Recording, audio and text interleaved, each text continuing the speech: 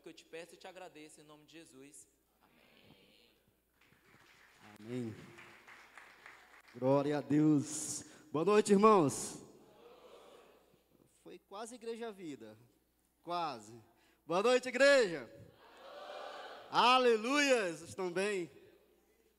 Eita, glória. Acontece de tudo quando a gente está quando a gente está escalado, irmãos, para pregar. Misericórdia. Glória a Deus. Aleluias. É uma honra para mim. Nossa. E essa mensagem de hoje, eu passei a semana inteira chorando. Cada vez que Deus foi me revelando e eu chorava, a minha esposa, quem tu está chorando? Tu está chorando até agora, tu tá, para. E eu não sei como é que eu carrego, como entregar uma mensagem assim. Amém? O tema da mensagem é prontos para voltar. 1 Coríntios capítulo 2, vamos começar? Você está pronto? Você está pronto? Aperte os cintos. Nós vamos viajar pelo mundo espiritual através da palavra de Deus, de forma sobrenatural. Essa mensagem Deus está abrindo o coração. 1 Coríntios capítulo 2, versículo 6 em diante. Diz assim: entretanto, falamos de sabedoria entre os maduros. Quem é maduro aqui? Mas não da sabedoria desta era, ou dos poderosos dessa era, que estão sendo reduzidos a nada. Pelo contrário, falamos da sabedoria de Deus, do mistério que estava oculto, o qual Deus proordenou antes dos princípios da eras, para a nossa glória. Essa glória aqui para o nosso resplendor, para o nosso brilho. Versículo 8. Nenhum dos poderosos dessa era o entendeu, pois se tivesse o entendido, não teria crucificado o Senhor da glória. Versículo 9. Todavia, como está escrito, olho nenhum viu, ouvido nenhum ouviu, mente nenhuma imaginou, o que Deus preparou para aqueles que o amam. Versículo 10. Mas Deus o revelou a nós, por meio do Espírito Santo. O Espírito sonda todas as coisas, até mesmo as coisas mais profundas de Deus. Ah, irmão, isso aqui já... Eu não sei se eu estou muito espiritual, mas... Existe uma coisa que Deus quer. E a gente ora perguntando qual é a vontade de Deus para nossas vidas. A gente vive orando, perguntando, Deus, qual é a tua vontade? Qual é a oração do Pai Nosso? Seja feita a tua... E qual é a vontade de Deus? A gente poderia colocar uma lista de tanta coisa que é a vontade de Deus. Mas qual é uma das principais? Qual é a base?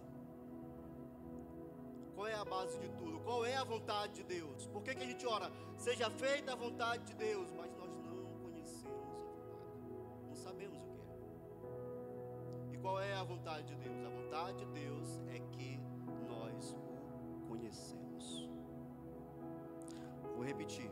A vontade de Deus é que o conhecemos.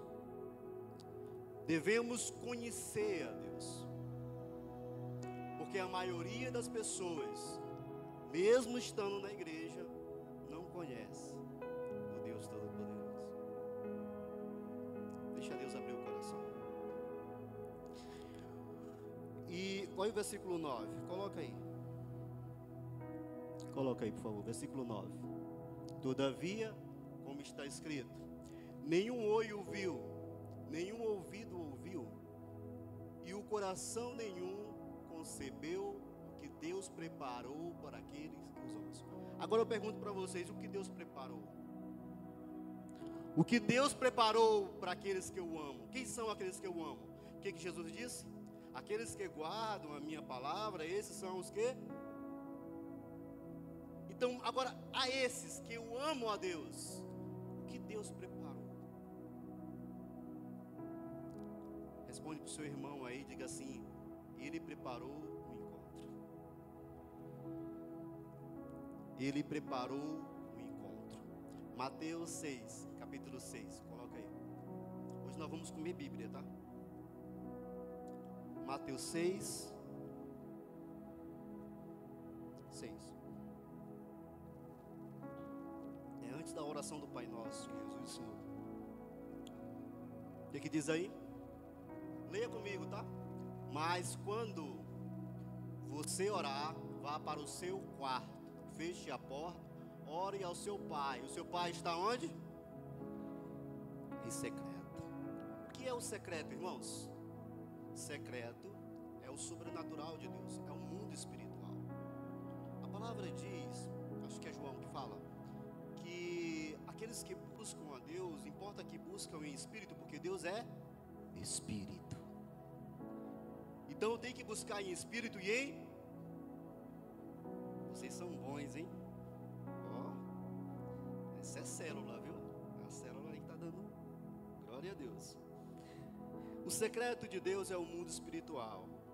E o que é o mundo espiritual? Como você entra no mundo espiritual? É muita explicação, né?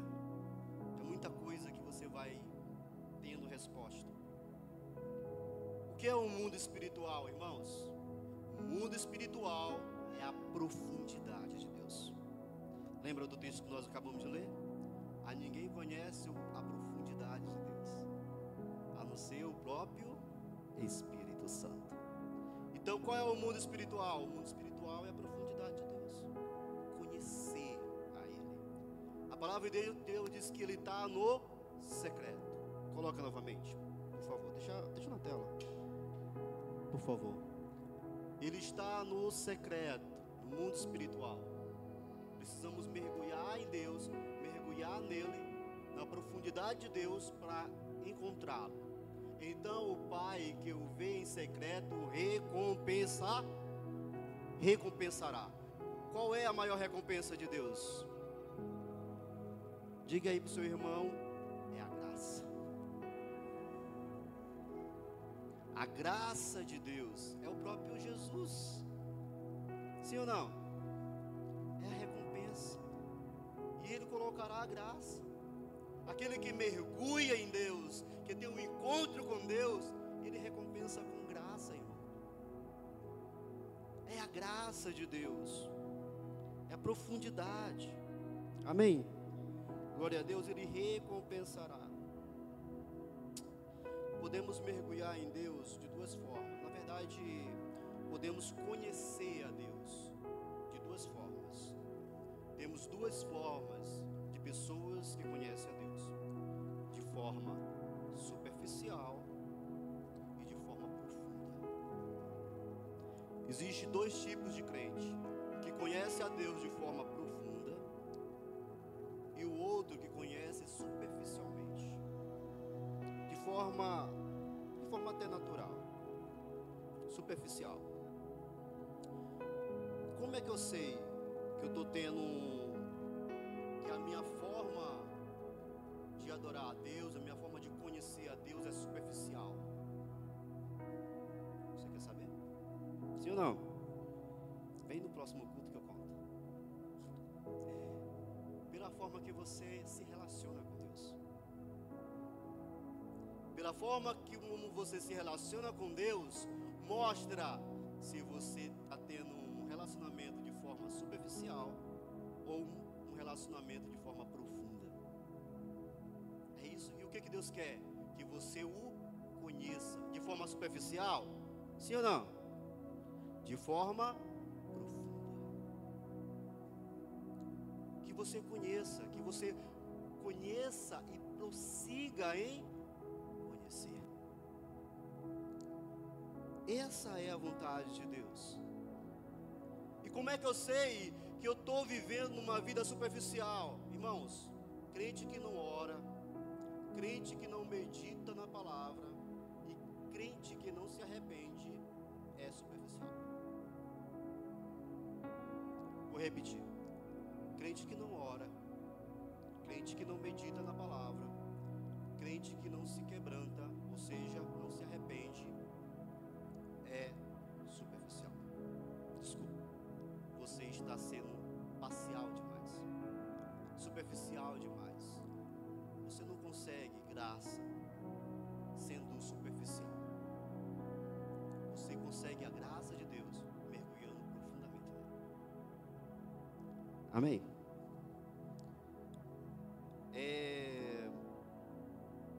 Uma das coisas que acontece com uma pessoa que é rasa, sendo raso, você faz o que quer, vai para onde quer, peca sem pensar. E por último, deseja sair da casa de Deus. Crentes rasos vivem pensando em abandonar Deus. E se eu sair da igreja? Deus está falando contigo.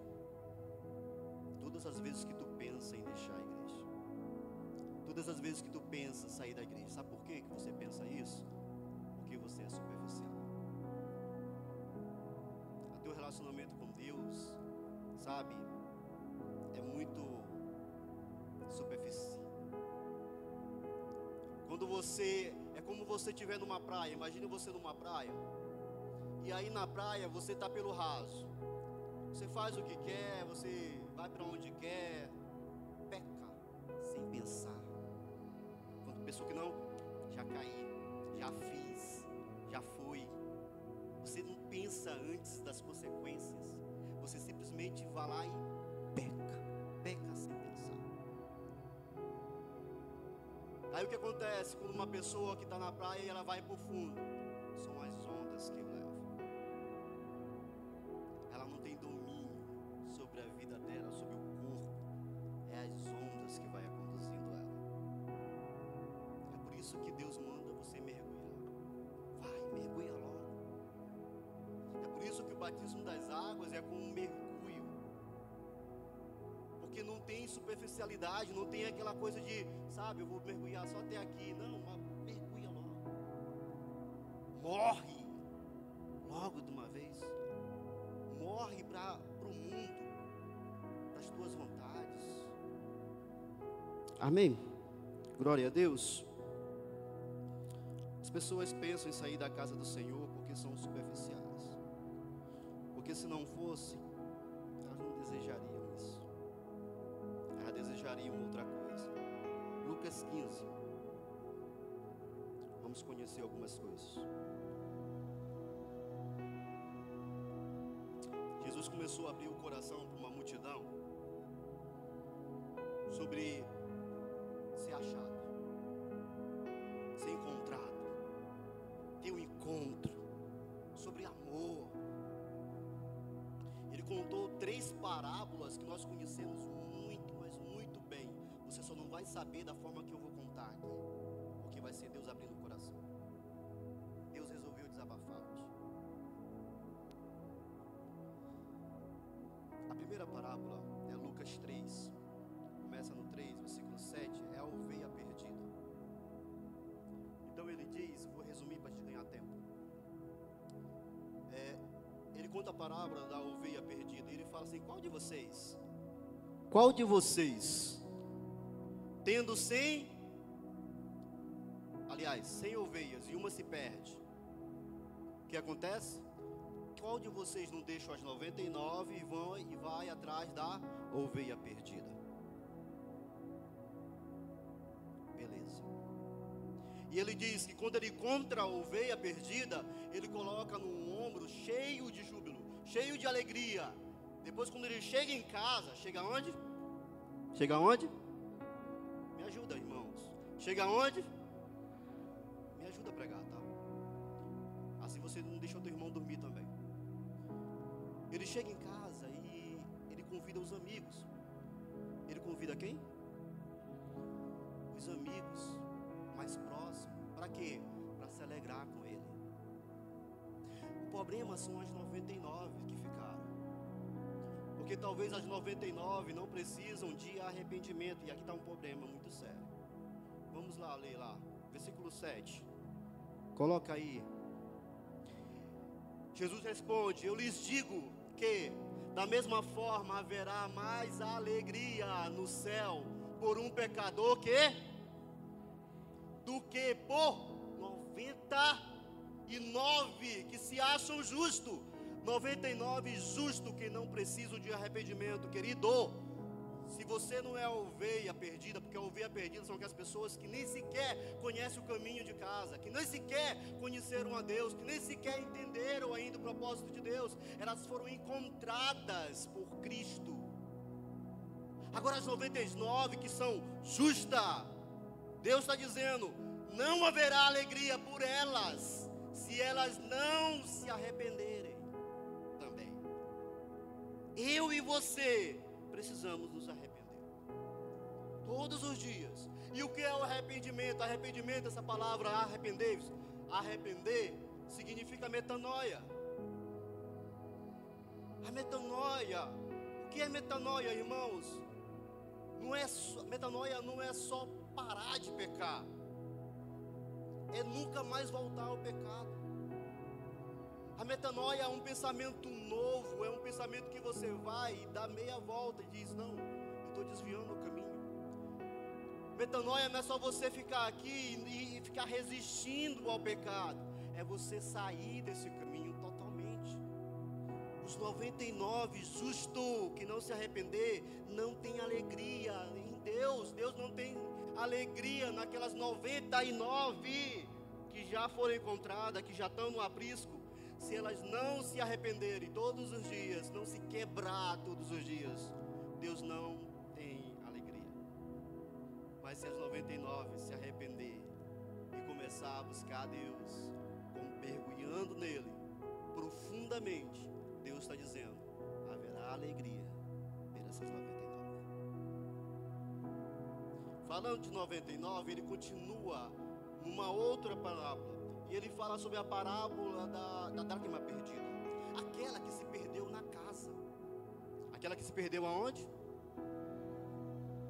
Como que uma pessoa se perde frequentando célula, vindo nos cultos aos domingos, vindo na oração até? Como que as pessoas se perdem? Como que se perdeu? Em Apocalipse que ele diz assim, como tu fostes cair do céu? Isaías, perdão. Ó, estrela da manhã. Sabe? É uma pergunta, como tu caiu? Conhecendo a Deus. Como você se perde conhecendo a Deus? Versículo 10. Mostra pra gente. Eu estou em Lucas, tá? Lucas 15. Versículo 10.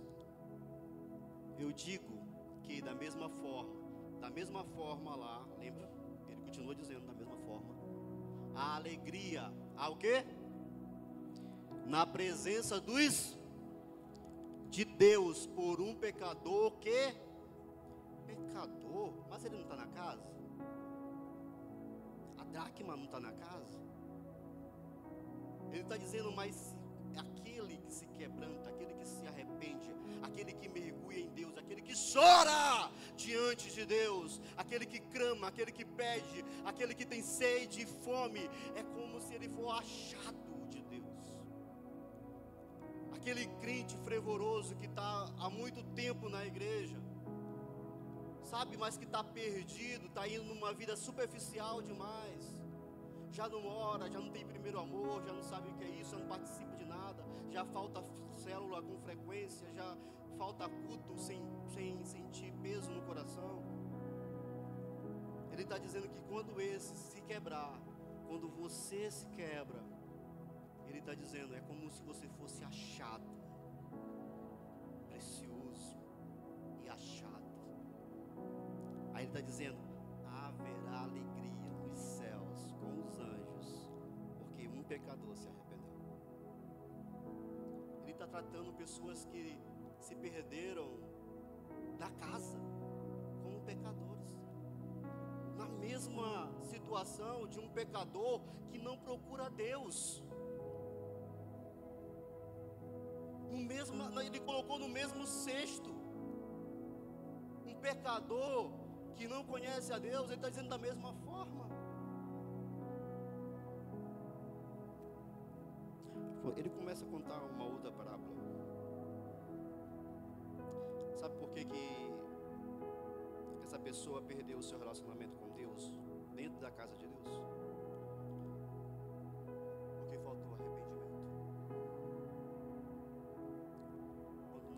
quebrantamos diante de Deus, a gente perde até a graça. A gente começa a vir com aqueles pensamentos de acusação, porque perdemos a graça. Nós não estamos tendo a noção da graça, do poder da graça. A graça que me basta, parece que agora não está me abastecendo, sabe? Parece que não está mais fluindo, porque está frio ou morno, né? Ele começa a contar uma outra parábola no versículo 11, e no versículo 12 ele fala sobre o filho pródigo.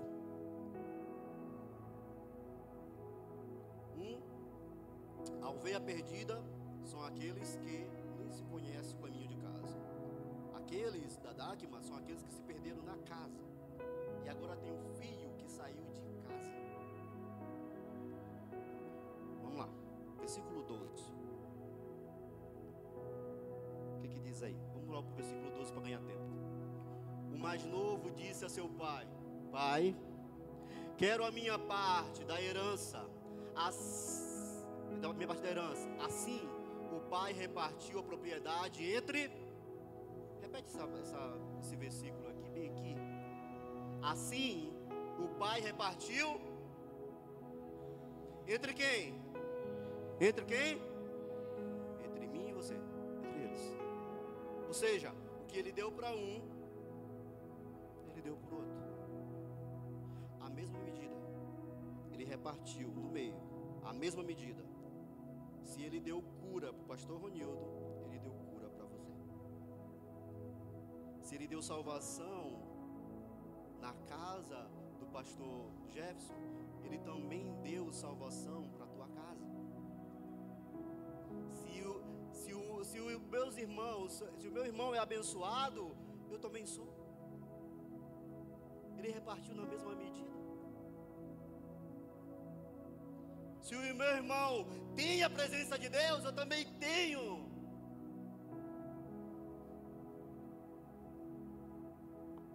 Ele repartiu entre eles e foi dado tudo à mesma medida. Versículo 13, ao versículo 16. Vamos avançar. Versículo 13. Não muito tempo depois, o filho mais novo reuniu tudo o que tinha. Tempo depois, tá? Foi para uma região distante e lá desperdiçou seus bens e vivendo de forma desenfreadamente. Continua. Depois de ter gastado tudo, houve uma grande fome em toda a terra. Irmão, ele está passando necessidade, não é porque só ele gastou tudo não, tá? Porque houve uma grande fome, ou seja, problemas vêm sobre todos. E ele começou a passar necessidade. Vamos lá. Por isso, foi empregar-se com um homem, um dos cidadãos da região em que mandou para o seu campo, a fim de cuidar dos porcos. Continua. Ele desejava se alimentasse das vagens. Essa palavra aqui é bem difícil para mim, viu? A língua não vai, vou pular. Que os porcos comiam as vagens, bolotas, né? Como diz outra tradução. Lembrei de outra tradução que diz bolotas. Comiam, mas ninguém lhe dava. Ninguém dava. Irmãos, eu não sei se ele comeu a bolota dos porcos, as vagens, mas a Bíblia diz que ele desejava. Espiritualmente falando. Sabe por quê? Que ele estava naquele ambiente de lamaçal, naquele ambiente que desejava até a comida dos porcos. Sabe por que ele estava naquele tipo de ambiente? Por causa dos seus pensamentos impuros dentro da casa do Pai, da casa limpa do Pai. Ele estava dentro de uma casa limpa, maravilhosa, mas lá na casa do Pai ele tinha pensamentos de gastar tudo, de viver, aproveitar a vida. E aí sim ele é levado para um ambiente ao qual os pensamentos dele o conduziam. Acontece muito isso. As pessoas vão tendo os pensamentos impuros e vai alimentando isso, vão pensar que não, está vivendo tudo isso. problema é que ele acha que não é, que a impureza não é pecado ou é nada a ver, mas na verdade você é a consequência. Os pensamentos impuros trazem consequência, te levam para um ambiente de morte, um ambiente onde você quebra a aliança. E qual é a vontade de Deus? É que você esteja pronto para voltar. Amém? O verdadeiro motivo. Vamos para o versículo 20, perdão. Do 20 ao 23. A seguir, levantou-se e foi para o seu. Ele ainda estava longe quando o pai o viu. Ele estava onde, irmãos? Grava isso que você vai entender essa questão de estar longe. O qual o motivo movido por compaixão, correu, abraçou fortemente e ternamente o beijou. Continua. O filho lhe disse: pai, pequei contra os céus e contra ti, não sou digno de ser chamado teu filho. Continua. Contudo, o pai disse ao seu servo: depressa, traga a melhor roupa, vistam nele, coloque em um anel em seu dedo e calçado em seus pés. Tragam o novilho gordo, ou melhor, a tradução diz cevado. Matem-o. Vamos comer e o pai restaurou tudo. A túnica que representa a nobreza, o anel que representa a autoridade. O pai restaurou tudo. Quem precisa ser restaurado? Quem precisa de uma restauração imediata? Quem precisa conhecer mais a Deus, mergulhar mais em Deus, se quebrar mais para Deus? Ele está dizendo: eu restauro tudo. A pior coisa é um altar rachado, irmãos, sem sacrifício de louvor, sem adoração, sem oração, sem súplica, sem quebrantamento. Ele restaurou tudo. As razões, porque tem uma coisa que eu gosto muito, é a razão pelo qual o pai se mobilizou. Todo mundo. Ele mobilizou uma cidade inteira, amigos, servos, porque o seu filho retornou. E qual foi a razão? Porque o seu filho se arrependeu. Amém? O filho se arrependeu e Deus, ele viu que o filho se arrependeu e mobilizou a todos. Mas preste atenção numa coisa.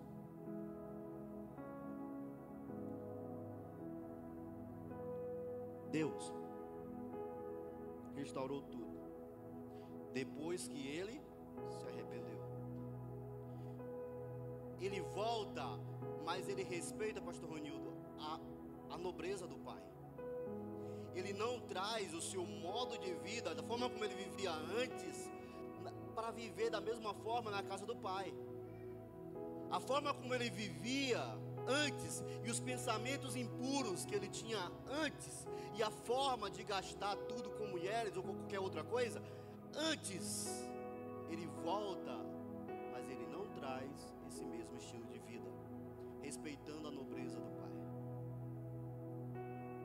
E o pai, ele não faz uma festa, tipo uma festa imoral, uma festa mundana, na casa, para atrair os filhos pródigos. Tu viu o pai fazendo alguma festa para atrair o filho de volta? Ah, o meu filho, ele vive dissolutamente, ele vive ali daquele estilo de vida dele ali. Eu vou criar uma festa parecida com o estilo de vida para ver se ele vem. O que acontece nos dias de hoje, principalmente em certas modernidades de igreja, é que eles acabam criando festas mundanas e acabar, querer dizer que vai atrair o pecador. Na verdade, eles estão invocando demônios, estão celebrando demônios. Qual é a festa do Pai? Qual é a festa que faz, qual é o ato de alegria, de júbilo, de festa de Deus? Quando um se arrepende. Uma igreja como essa, a Igreja Vida, no culto de domingo, a gente vê pessoas aceitando a Jesus, pessoas desejando viver para Cristo, pessoas se quebrando, conhecendo o Espírito Santo. Só que, pastor, eu não consigo, me quebrar, eu não consigo chorar diante de Deus. Para ir, vai no encontro com Deus, faz sua inscrição. Pastor, quando é que vai ter? Para isso existe o encontro com Deus, porque geralmente no encontro com Deus, irmãos, é como uma barreira se quebrando, é como uma pedra se despedaçando, porque realmente você tem um encontro. Peça ajuda. O que você não pode é deixar de conhecer a Deus e se entregar mais ainda a Deus. Não pensa porque você tem 10 anos de crente, você não precisa de quebrantamento. Eu te digo, você precisa mais do que aqueles que ainda não conheceram. Você precisa chorar. Deus fala no meu coração que Ele tem visto há muito tempo atrás jovens que choravam diante dEle. Jovens que quando colocavam um hino e aquele hino vinha, parece que a presença de Deus vinha, parece que derribava ele por dentro. Muitas vezes que a gente falta chorar, irmãos. O amor de Deus é porque Ele está dizendo: eu quero vir ao encontro, e eu não acho quem vem, quem volta. Eu tenho uma festa preparada, eu preparei um novilho cevado, gordo, ele já está beleza, entendeu? Já está tudo pronto, já está gordo, já está cevado. Todos os dias eu venho esperando este encontro, mas eu não encontro.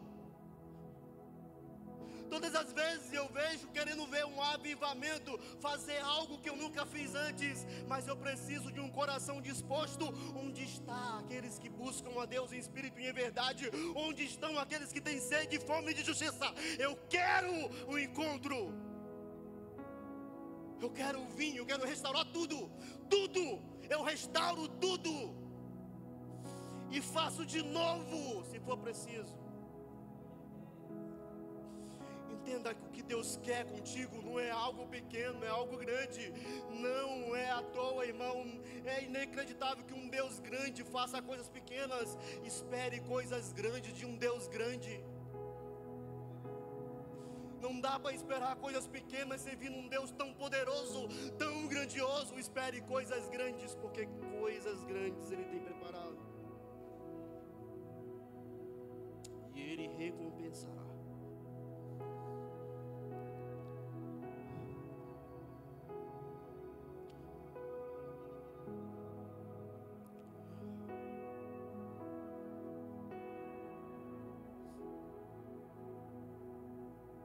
Versículo 15 fala sobre, versículo 25, perdão, fala do filho mais velho. Bota aí versículo 25. Deixa eu correr aqui com o tempo. Tenho tempo ainda, vai. Enquanto isso, o filho mais velho, primogênito, estava no campo. Ele estava onde? Sabia que ele estava mais ou menos na mesma distância que o filho mais novo estava quando avistou o pai? Distante. Por isso que eu falei para você guardar aquele distante. Ele estava no campo. Quando se aproximou da casa, ouviu músicas e danças. Então chamou um dos servos e perguntou o que está acontecendo. Este respondeu: o seu irmão voltou e o seu pai matou o novilho gordo, porque ele recebeu de volta são e salvo. O filho primogênito encheu de ira e não quis entrar. Então o pai saiu e insistiu com ele. Porém ele respondeu a seu pai: olha, todos esses anos eu tenho te servido. Nunca desobedeci às tuas ordens. Entretanto, tu nunca me deste nenhum cabrito para festejar com os meus amigos. Continua. E quando, porém, volta para casa esse teu, pode contar, você percebeu que ele se desconectou da sua família quando ele falou, esse teu filho? Não é, meu irmão? É teu filho. Não pertence sabe, ele é de outra igreja. Ele se desconectou do corpo de Cristo. Ele se desconectou da família de Deus quando ele disse, é só teu filho. E eu sou o quê? Não sei. Se ele é teu filho, então tu não é meu pai. Sim ou não? Se é só filho dele, então ele não é meu pai. Ele altamente cortou a ligação. Mas sabe o que Deus quer? Deus quer que eu e você participem da festa de todos os nossos irmãos que estão vindo para Cristo. Que você participe da festa. Que você entre. E ele explica, se o problema de tu se envolver numa célula, se o problema de tu se envolver com Deus, se o problema de se tu se envolver na casa é por causa de teus irmãos, para com isso.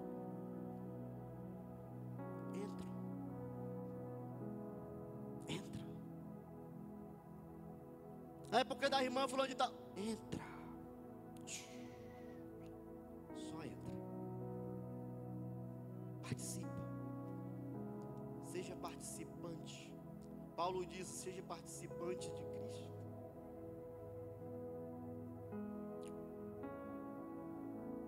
O Pai veio presente em duas ocasiões. A presença de Deus se fez presente em duas ocasiões nesse texto. A primeira, para receber um filho que voltou, e a outra, para corrigir um filho mais velho. Na presença do Pai, Ele sabe a quem deve perdoar e a quem deve corrigir. Na presença de Deus, Ele mesmo sabe a quem Ele deve perdoar e a quem Ele deve corrigir. Ele vem nessas duas ocasiões. Para a gente fechar. A restauração de um não tirou e nem diminuiu em nada a posição e a autoridade do outro. A liberdade, a verdadeira liberdade está no conhecer o amor e a graça e a comunhão. Ele quer que sejamos parte de tudo que o Pai faz. Nós precisamos fazer parte de tudo que Ele faz, inclusive da restauração dos nossos irmãos quando voltarem. Deus deseja que voltamos. Lembra lá de Marcos? Quando Marcos conta sobre o demônio de Gadara. Eu vou falar ex-demônio de Gadara. Quando ele foi restaurado, para onde que Jesus mandou ele? Para ele voltar para que ele voltasse para casa. Deus deseja que você volte para casa. E o que ele faz? Ele faz um convite.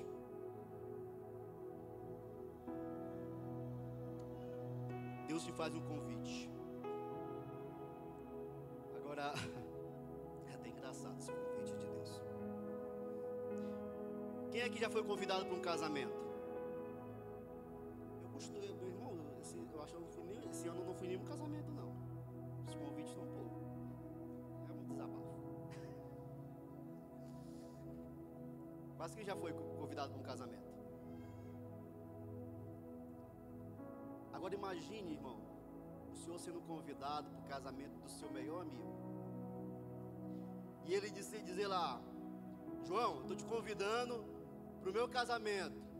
Detalhe, a esposa se chama Gomer. Peraí, aí tu vai lembrar, Gomer? Já vi isso não? Bom, é a maior prostituta aqui do bairro, sabe? É a prostituta mais famosa da cidade. Estou me casando com ela e estou te fazendo um convite. Você vai dizer: que loucura é essa?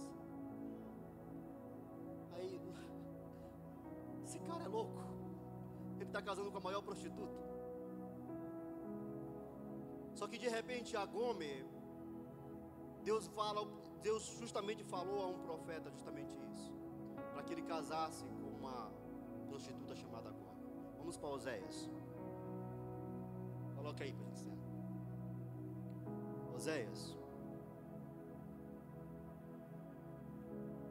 Por isso ele diz: casou com Gomer, filha de Diblaim, que ficou grávida e lhe deu um filho. Para resumir um pouquinho, para a gente ganhar um pouquinho de tempo, Oséias casou com ela. Ele teve 2 filhos e uma filha. Um filho se chamou Jezreel, que significa Deus semeia. A filha, Deus chamou de desfavorecida. O que é uma pessoa desfavorecida? Uma pessoa sem a graça, sem a graça de Deus. Imagine a pessoa lá, como se chama? Pessoa sem a graça de Deus, desfavorecida. E o outro filho ele chamou de não meu povo. Imagine na hora da chamada, né? Desfavorecida, presente. Não meu povo, presente. E ele chamou de não meu povo. Por que Deus mandou o profeta fazer isso? Ele disse: é assim que é Israel, o povo que eu escolhi. Ele era sujo como uma prostituta, e eu casei com ele. Eu fiz uma aliança, eu limpei. Quando eu tirei da terra do Egito, eu fiz uma aliança com eles no deserto. Eu achei eles no deserto como sem ovelhas, como sem pastor, entendeu? E aí eu fiz uma aliança com eles. Eu casei com eles. E eles, quando entraram na terra prometida, eles se prostituíram. Porque sabe o que Gomer fez? Depois que ela casou e teve filhos, ela voltou de novo pro prostíbulo. E Deus disse: assim como ela voltou, vocês também voltaram a se prostituir, quebraram a minha aliança, destruíram aquilo que eu construí junto com vocês. Aí sabe o que Deus fala? Oséias, volta lá no prostíbulo e resgata ela de novo. Paga tudo o que ela deve. Tudo. Traz ela de volta. E diz que você a ama e que você espera.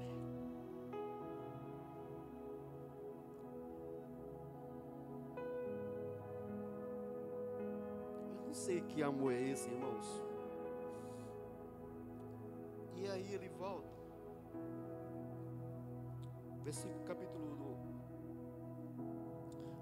Capítulo 2, versículo 6. Olha o que Gomer disse: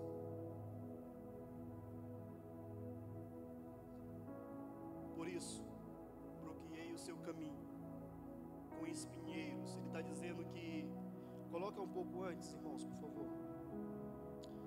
Versículo 4. A mãe deles não tratarei com compaixão os seus filhos, porque são filhos de prostituição. A mãe deles se prostituiu e engravidou deles, e está coberta de vergonha, pois ela disse: eu irei atrás dos meus que me dão comida, água, lã, linho, azeite e bebida.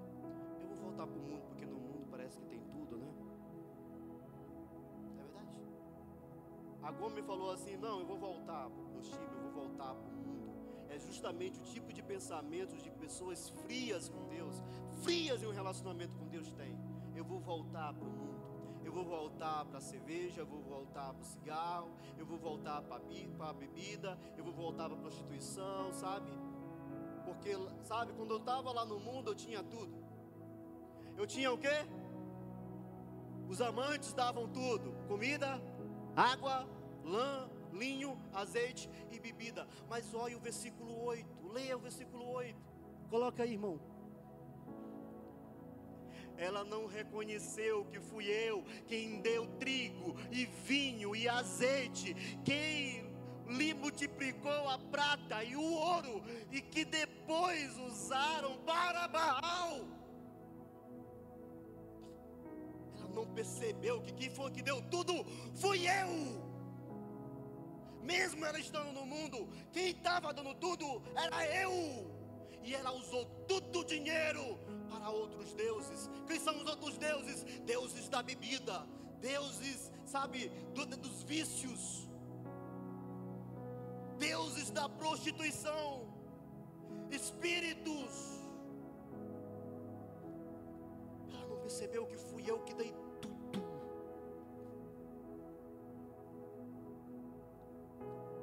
Vou finalizar, prometo. No versículo 23, Deus mostra a salvação, restauração, perdão. No capítulo 3, Deus manda o profeta pagar todas as dívidas, como eu falei, perdoar e aceitar ela de volta. No capítulo 4, 1 e 16, Deus mostra que o mundo está cheio de trevas e que o seu povo sofre. Bota aí, vai. Capítulo 4, versículo 6.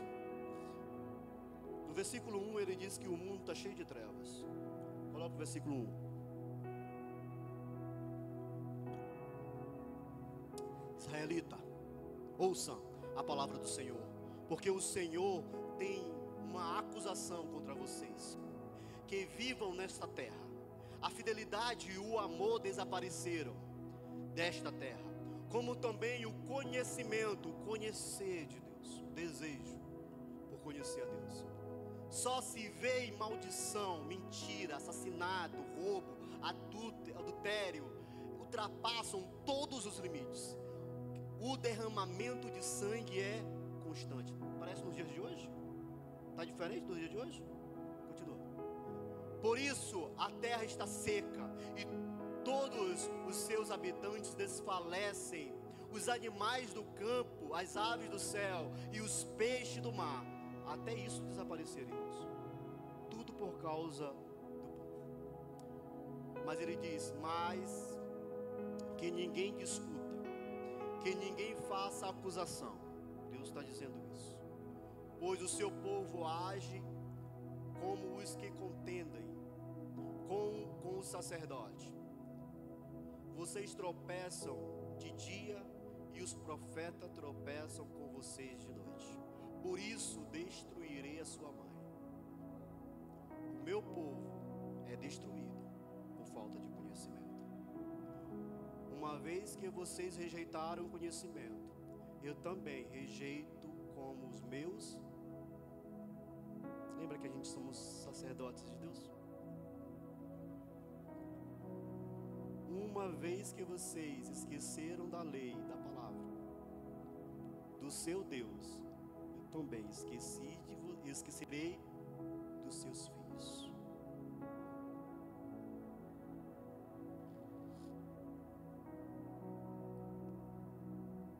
Eu não sei o que você vai fazer depois desse culto.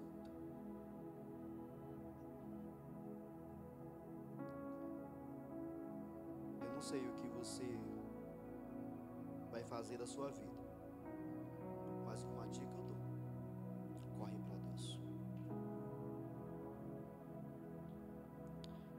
Eles deixaram de, no versículo 10 diz que eles deixaram de adorar a Deus. No capítulo 6, para a gente encerrar, versículo 4, Deus faz o último apelo. Eu quero encerrar com esse texto.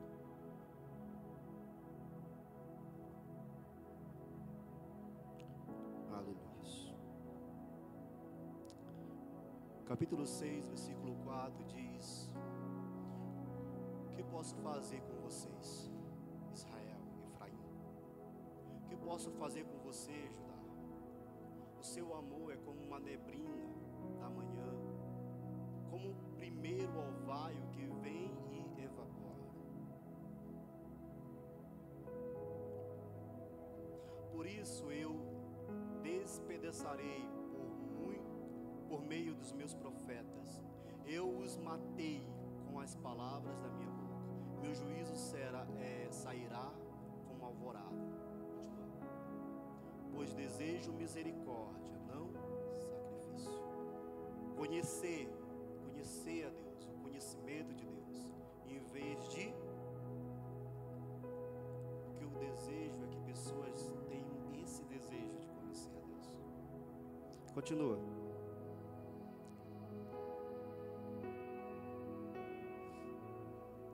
Mas eles são como Adão. Pula para o versículo 9, perdão. Como assaltantes de emboscada à espera de alguém. Assim fizeram os bandos de sacerdotes. Eles assassinaram na estrada de Sinque. Sim, executaram planos perversos. Deixa eu botar aqui capítulo 14, para a gente fechar. 1 e 2.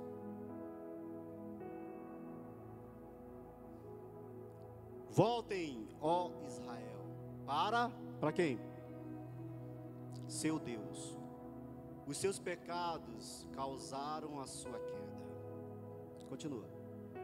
Preparem o que vão dizer e voltem para o Senhor. Peça-lhe que perdoa todos os nossos pecados e receba o que é agradável, para que te ofereçam o fruto dos nossos lábios. Continua. Pula para o versículo 9. Quem é sábio? Aquele que considera essas coisas. Quem tem discernimento? Aquele que as compreende. Os caminhos do Senhor são justos, e os justos andam nele, mas os rebeldes nele tropeçam. Em outra parte, Deus ele fala: vinde e voltemos ao Senhor, pois ele nos despedaçou, mas ele mesmo cura. Ele nos feriu e ele mesmo sara. Tem palavras que às vezes é dura, mas é Deus corrigindo a nossa rota. Tem coisas que Deus está chamando e dizendo: vinde, vinde. A minha pergunta é para você essa noite: você está pronto para voltar? Prontos para voltar? Era tudo que Deus queria dizer. Era o tema dessa mensagem. Vocês estão prontos? Igreja Vida, vocês estão prontos para voltar? Voltar a um relacionamento mais profundo, a um desejo que só tinha quando tinha as primeiras fundações, um sonho, como uma criança que sonhava com uma igreja maior, uma igreja que tem um plano.